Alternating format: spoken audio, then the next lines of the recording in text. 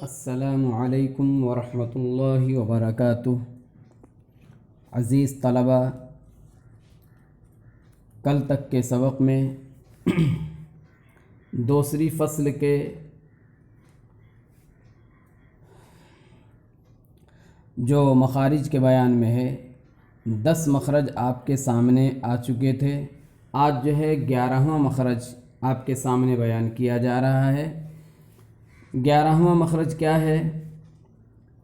دیکھیے اسکرین پر، 11واں مخرج نوک زبان اور ثنایا سفلا کا کنارہ مع اتصال ثنایا علیا کے۔ ثنایا، یہاں ثناسا لکھا ہوا ہے کتابت کی غلطی کی وجہ سے۔ نوک زبان اور ثنایا سفلا کا کنارہ مع اتصال ثنایا علیا کے، اس سے صاد، زا اور سین نکلتے ہیں۔ یعنی 11واں مخرج جو ہے 3 حرف کے لیے ہے، صاد، زا اور سین۔ اس میں جو ہے زبان کی نوک لگتی ہے، اور زبان کی نوک جو ہے ثنایا سفلا سے لگے گی، اور اس کا کچھ اتصال جو ہے ثنایا علیا سے ہوگا۔ تو مخرج کا حاصل کیا ہوا کہ زبان کی نوک ثنایا سفلا کا کنارہ مع اتصال ثنایا علیا کے، اس سے جو ہے صاد، زا اور سین ادا ہوتے ہیں۔ ان کو جو ہے لقب میں صفیریہ اور اصلیہ کہا جاتا ہے۔ اصلیہ اس لیے کہتے ہیں کہ اصل کے معنی آتے ہیں زبان کی دھار، بالکل پتلا حصہ جو نوک والا حصہ ہے اس کو جو ہے اصل کہتے ہیں، اس لیے اسے جو ہے اصلیہ سین کے ساتھ اصلیہ کہا جاتا ہے۔ اور اسی طرح سے ان کو جو ہے صفیریہ بھی کہتے ہیں۔ صفیر اصل میں یا تو سیٹی کے معنی میں ہے، یا یہ کہ صفیر جو ہے پرندے کی آواز کو کہتے ہیں۔ تو چونکہ ان تینوں حرفوں کو ادا کرتے وقت ایک تیز آواز مثل سیٹی کے ادا ہوتی ہے، نکلتی ہے، اس وجہ سے انہیں جو ہے صفیریہ کہا جاتا ہے۔ اور چونکہ صفیریہ کہنے کی ایک دوسری وجہ کہ ان کی آواز پرندوں کی آواز کے مشابہ ہوتی ہے، اس وجہ سے بھی انہیں صفیریہ کہا جاتا ہے۔ چنانچہ کتابوں میں لکھا ہے کہ صاد کی آواز مرغابی پرندے کی آواز کے مشابہ ہے۔ مرغابی پرندہ یہ مرغی کے جیسا ہوتا ہے اور پانی میں رہتا ہے، جس کو پنڈبی بھی بولا جاتا ہے۔ پانی میں وہ جو ہے تیرتا رہتا ہے، پانی میں ہی رہتا ہے، اس کو کہا جاتا ہے مرغابی۔ تو مرغابی پرندے کی آواز یہ جو ہے صاد کی آواز اس کی آواز کے مشابہ ہے۔ اسی طرح سے سین کی آواز ایک چھوٹا سا پرندہ ہوتا ہے، ٹڈی جسے کہتے ہیں، تو اس کی آواز جو ہے سے مشابہ سین کی آواز ہے۔ اسی طرح سے شہد کی مکھی کی آواز کے مشابہ جو ہے زا کی آواز ہے۔ تو ان تینوں حرفوں کی آواز جو ہے پرندوں کی آواز کے مشابہ ہے، اس وجہ سے بھی ان کو صفیریہ کہتے ہیں۔ صفیر کہتے ہیں پرندے کی آواز کو۔ اسی سے ایک پرندہ بھی ہے صافر، صافر پرندہ ہے، اس کا نام ہی جو ہے صافر ہے، اس لیے کہ وہ سیٹیاں سی بجاتا رہتا ہے۔ تو بہرحال ان کی آواز جو ہے صفیر کی آواز کے مشابہ، یعنی پرندوں کی آواز کے مشابہ ہے، یا یہ کہ ان کی آواز جو ہے ان کی آواز میں ایک تیز آواز مثل سیٹی کے نکلتی ہے، اس وجہ سے ان کو صفیریہ کہتے ہیں۔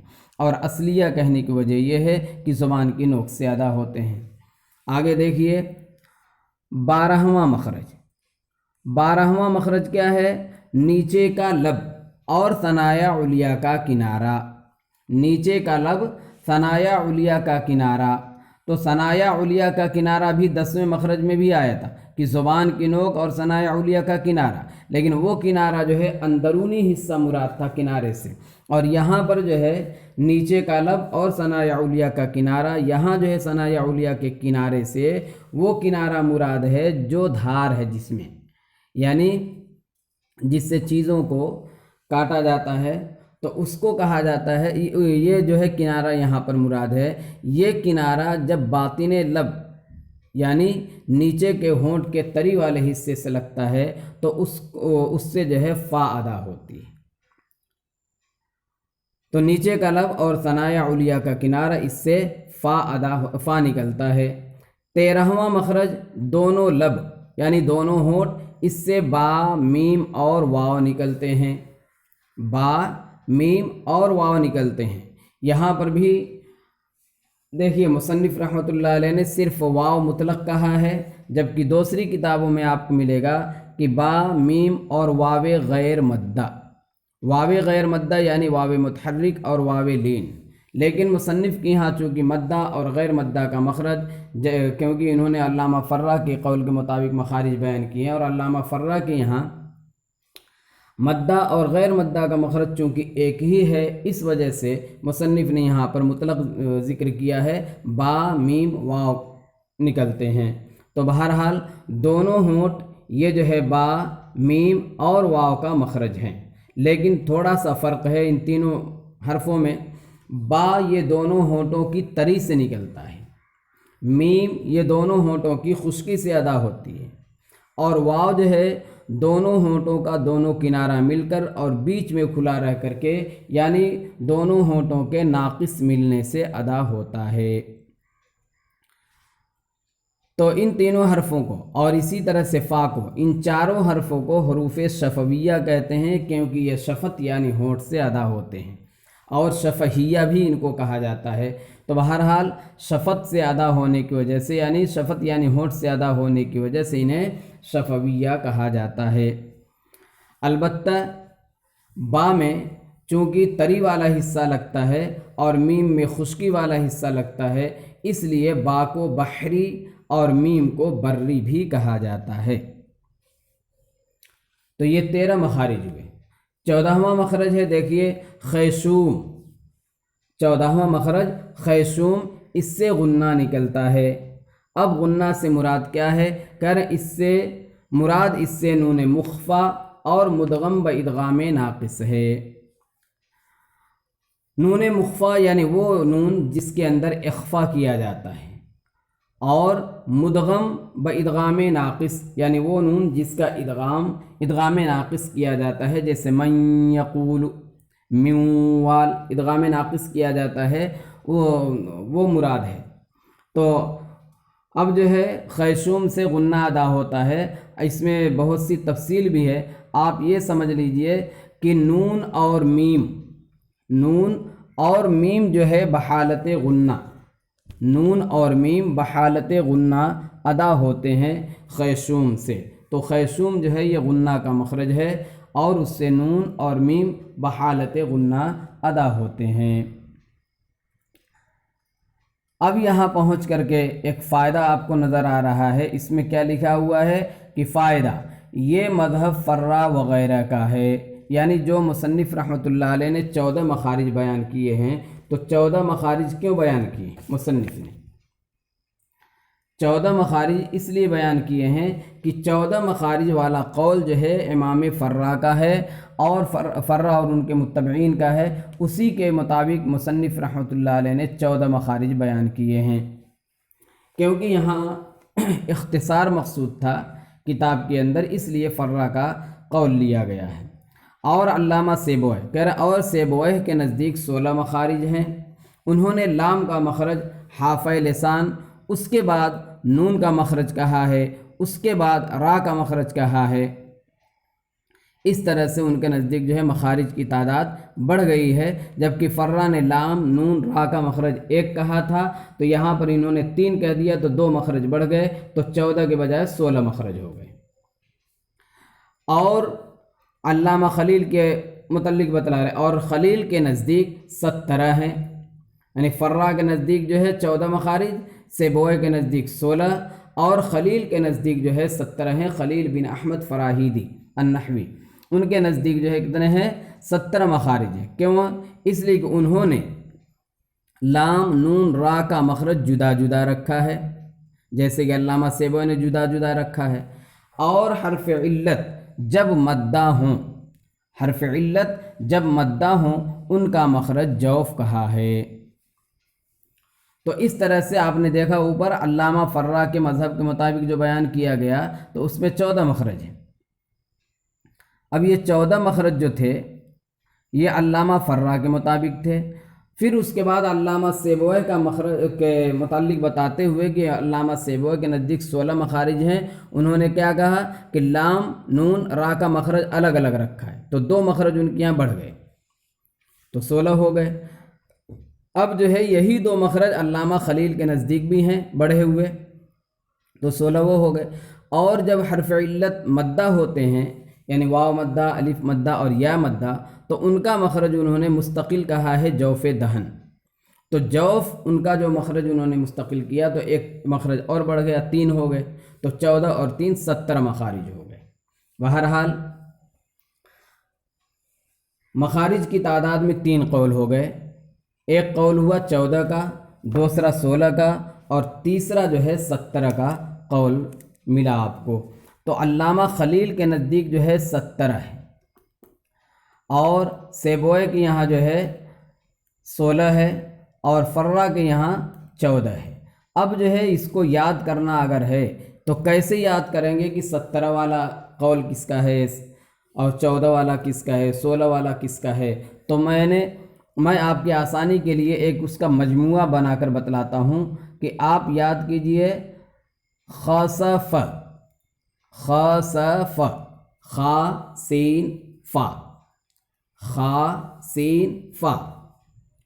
حروف تہجی کے اعتبار سے اس میں جو ہے خصف کے اندر پہلے جو ہے خا ہے، پھر سین ہے، پھر فا ہے۔ خا سے خلیل، سین سے سیبوئے اور فا سے فرا، یہ تینوں آپ پہلے مراد لے لیجئے۔ خصف، قرآن میں آیا خصف القمر، تو اسی سے یاد کر لیجئے خصف، اس کا مجموعہ یاد کرنے کے لیے۔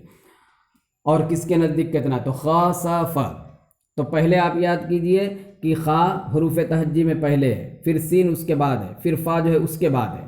تو اسی طرح سے خلیل، سیبوئے، فرا، خلیل کے یہاں 17، سیبوئے کے یہاں 16 اور فرا کے یہاں جو ہے 14۔ اس طرح ترتیب سے اوپر سے نیچے آئیے، جیسے حروف تہجی میں اوپر سے نیچے آ رہے ہیں، اسی طرح سے اس میں بھی آئیے کہ خصف، خا پہلے ہے تو اس میں جو ہے 17 والا زیادہ، پھر سین اس کے بعد تو اس سے کم، فا اس کے بعد تو اس سے کم، تو 17، 16 اور 14۔ اور دوسرا جو ہے آپ اس کا مجموعہ یوں بھی بنا سکتے، فا سا خا، فا سا خا، اس کے برعکس بنائیں گے تو اب نیچے سے اوپر چلیے، 14، 16، 17، 14، 16، 17، تو فا سا خا، فرا، سیبوئے اور خلیل، فرا، سیبوئے اور خلیل۔ تو اب جو ہے 14، 16 اور 17، نیچے سے اوپر جائیے عدد میں، تو 14، 16، 17، تو وہ ہوگا اس کا مجموعہ فا سا خا، اور 17، 16، 14 کریں گے تو اس کا مجموعہ ہوگا خصف۔ یہ ایک رمز ہو گیا، اور جو ہے اس سے آپ کو کس کا قول کتنا، کون کس کا قول ہے وہ یاد کرنے میں آپ کو آسانی ہوگی کہ اس کا جو ہے 2 مجموعہ بنایا جائے تینوں ائمہ کا، ایک جو ہے خصف اور ایک فسخ۔ پہلی صورت میں جب خصف کہیں تو اس میں جو ہے خا پہلے ہے، لہذا خلیل کا لیجئے 17 والا قول، سین اس کے بعد ہے تو سیبوئے کا لے لیجئے 16 کا، اور پھر اس کے بعد جو ہے فا ہے تو 14 والا قول فرا کا لے لیجئے۔ اور اگر فسخ مانتے ہیں تو کیا کہتے ہیں، گنتی کے اندر تعداد میں آپ جو ہے پہلے 14، پھر 16، پھر 17 لیجئے، تو فا سے فرا ان کے یہاں 14، سین سے سیبوئے ان کے یہاں 16، خا سے خلیل ان کے ہاں 17۔ یہاں پہ جو ہے ترتیب الٹی ہے حروف تہجی کے اعتبار سے فسخ میں، اور خصف میں حروف تہجی کے اعتبار سے جو ہے ترتیب سیدھی ہے۔ تو جہاں ترتیب سیدھی ہو وہاں پہ جو ہے گنتی اعلیٰ سے ادنا آئیں گے، اوپر سے نیچے، اور جہاں جو ہے ترتیب حروف تہجی میں الٹی ہو، فسخ میں جیسے ہے سب سے بعد میں فا ہے لیکن اس کو پہلے لائے گا، سین اس کے بعد، پھر اس کے بعد خا، تو اس میں جو ہے ترتیب جو گنتی والی ہے اس کو نیچے سے اوپر جائیے، 14، 16 اور 17۔ بہرحال میرے عزیز طلبہ، یہاں تک پہنچ کر کے دوسری فصل ختم ہو گئی باب اول کی۔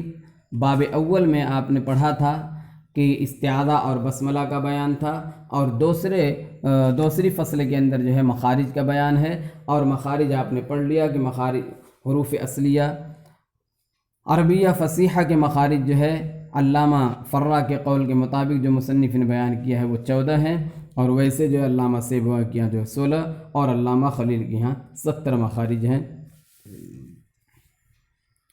اب اس کے بعد جو ہے مخارج صحیح کرنے کے بعد اور مخارج کو اس کے اصلی موقع اور موضع سے ادا کرنے کے بعد بحث آتی ہے صفات کی، یعنی جب آپ مخرج صحیح کریں گے اور جو ہے کیا کہتے ہیں کسی حرف کو جب آپ ادا کریں گے تو اس حرف کے ساتھ کوئی نہ کوئی کیفیت پیش آتی ہے، جیسے کبھی حرف کی آواز بلند ہوگی، کبھی پست ہوگی، کبھی کیا کہتے ہیں سخت ہوگی، کبھی نرم ہوگی، تو اس کے اعتبار سے جو ہے صفات بیان کی جاتی ہیں۔ ان صفات کو جو ہے تیسری فصل میں انشاءاللہ بیان کیا جائے گا۔ اگلے سبق میں انشاءاللہ جو ہے تیسری فصل آپ کے سامنے پیش کی جائے گی۔ آج کا سبق اتنا مختصر میں ہی ختم کیا جاتا ہے۔ السلام علیکم ورحمۃ اللہ وبرکاتہ۔